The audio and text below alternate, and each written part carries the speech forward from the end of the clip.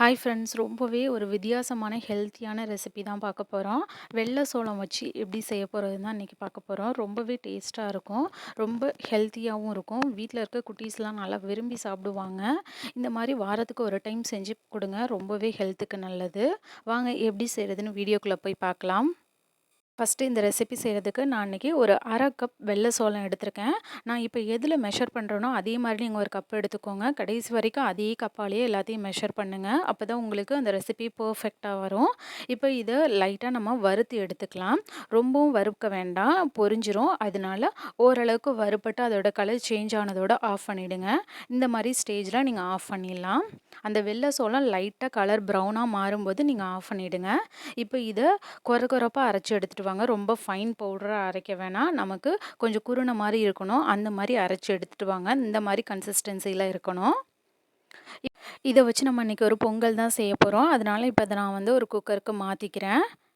நீங்கள் முடிஞ்ச வரைக்குமே இந்த மாதிரி வறுத்துட்டு சேர்த்திங்கன்னா நல்லாயிருக்கும் சாப்பிட்றதுக்கு. இப்போ நான் மாற்றிட்டேன். இப்போ நான் ஏற்கனவே எந்த கப்பால் அளந்தனோ அதே கப்பால் இப்போ அரை கப் நான் பாசிப்பருப்பு சேர்த்துக்கிறேன். இப்போ இதை நான் கழுவிட்டு இப்போ நான் இதோட சேர்த்துக்கிறேன். நீங்கள் எந்த கப்பால் அளந்தீங்களோ அதே கப்பால் 3 கப் தண்ணி சேர்த்துக்கோங்க. கரெக்டாக 3 கப் சேர்த்துக்கோங்க. இப்போது இதில் நான் அன்றைக்கி ஒரு 1 டீஸ்பூனுக்கு பெருங்காயத்தூள் சேர்த்துக்கிறேன்.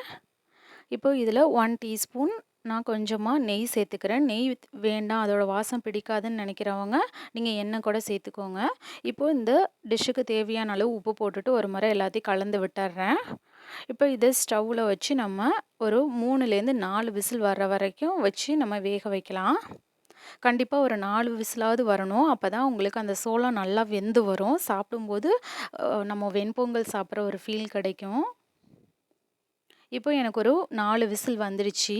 இப்போ நான் உங்களுக்கு எடுத்து காட்டுறேன். எனக்கு நல்லாவே வெந்து வந்திருக்கு. உங்களுக்கு தண்ணி கூட போயிடுச்சு, ரொம்ப தண்ணியாக இருக்கிற மாதிரி ஃபீல் ஆனுச்சுன்னா நீங்கள் கொஞ்சம் நேரம் வச்சு அடுப்புலேயே கிண்டுனீங்கன்னா உங்களுக்கு கெட்டியாயிடும். இப்போ நான் ஒரு 2 டேபிள் ஸ்பூனுக்கு நெய் சேர்த்துருக்கேன். அதில் ஒரு அரை டீஸ்பூனுக்கு மிளகு, கொஞ்சமாக இஞ்சி பொடி பொடியாக கட் பண்ணது சேர்த்துருக்கேன். இப்போது இதில் ஒரு அரை டீஸ்பூனுக்கு ஜீரகம் போட்டிருக்கேன். இப்போது இதில் ஒரு 4, 5 முந்திரி போட்டிருக்கேன். இப்போ முந்திரி லேசாக வறுபட்டதுக்கப்புறம் கொஞ்சமாக கருவேப்பிலை போட்டுக்கிறேன். இப்போ கருவேப்பிலை நல்லா பொரிஞ்சதுக்கப்புறம் நம்ம இப்போது இறக்கி வச்சுருக்கிற அந்த பொங்கலில் இது எல்லாத்தையும் சேர்த்துக்கலாம். ரொம்பவே ஹெல்த்தியாக இருக்கும். வெள்ளை சோளம் ரொம்ப உடம்புக்கு நல்லது. இதில் இருக்க ஒமேகா 3 ஃபேட்டி ஆசிட் நம்ம உடம்புல இருக்க அந்த ஃபேட்டெல்லாம், கெட்ட ஃபேட்டெல்லாம் ரிமூவ் பண்ணும். சீக்கிரமாக அதை கரைச்சி விட்டுரும். அதனால வீக்லி ஒன்ஸ் எடுத்துக்கோங்க. இது ஹார்ட்டுக்கு ரொம்பவே நல்லது.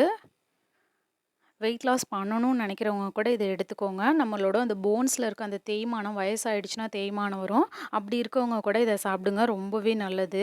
அந்த சீக்கிரமாக அந்த வலியெல்லாம் நமக்கு கம்மியாகும். போன்ஸ்க்கெல்லாம் நல்ல ஸ்ட்ரென்த்து கிடைக்கும். ரொம்பவே ஒரு சூப்பரான ஒரு பிரேக்ஃபாஸ்ட் ரெடி ஆகிடுச்சு. கண்டிப்பாக வீட்டில் இருக்க எல்லாருமே விரும்பி சாப்பிடுவாங்க. இந்த மாதிரி செஞ்சு கொடுத்தீங்கன்னா, நம்ம வெள்ளை சோளத்தில் தான் செஞ்சுருக்கோங்கிற டிஃப்ரென்ஸே தெரியாது. அந்தளவுக்கு ரொம்பவே சூப்பராக இன்றைக்கி வந்திருக்குது. நான் இது இன்றைக்கி சாம்பாரோட சர்வ் பண்ணியிருக்கேன். நீங்களும் ட்ரை பண்ணி பாருங்கள். ட்ரை பண்ணி பார்த்துட்டு உங்களோட கமெண்ட்ஸை சொல்லுங்கள். தேங்க்ஸ் ஃபார் வாட்சிங். DD shine recipes and tips சேனலை லைக் பண்ணுங்கள், ஷேர் பண்ணுங்கள், சப்ஸ்கிரைப் பண்ணுங்கள். பாய்.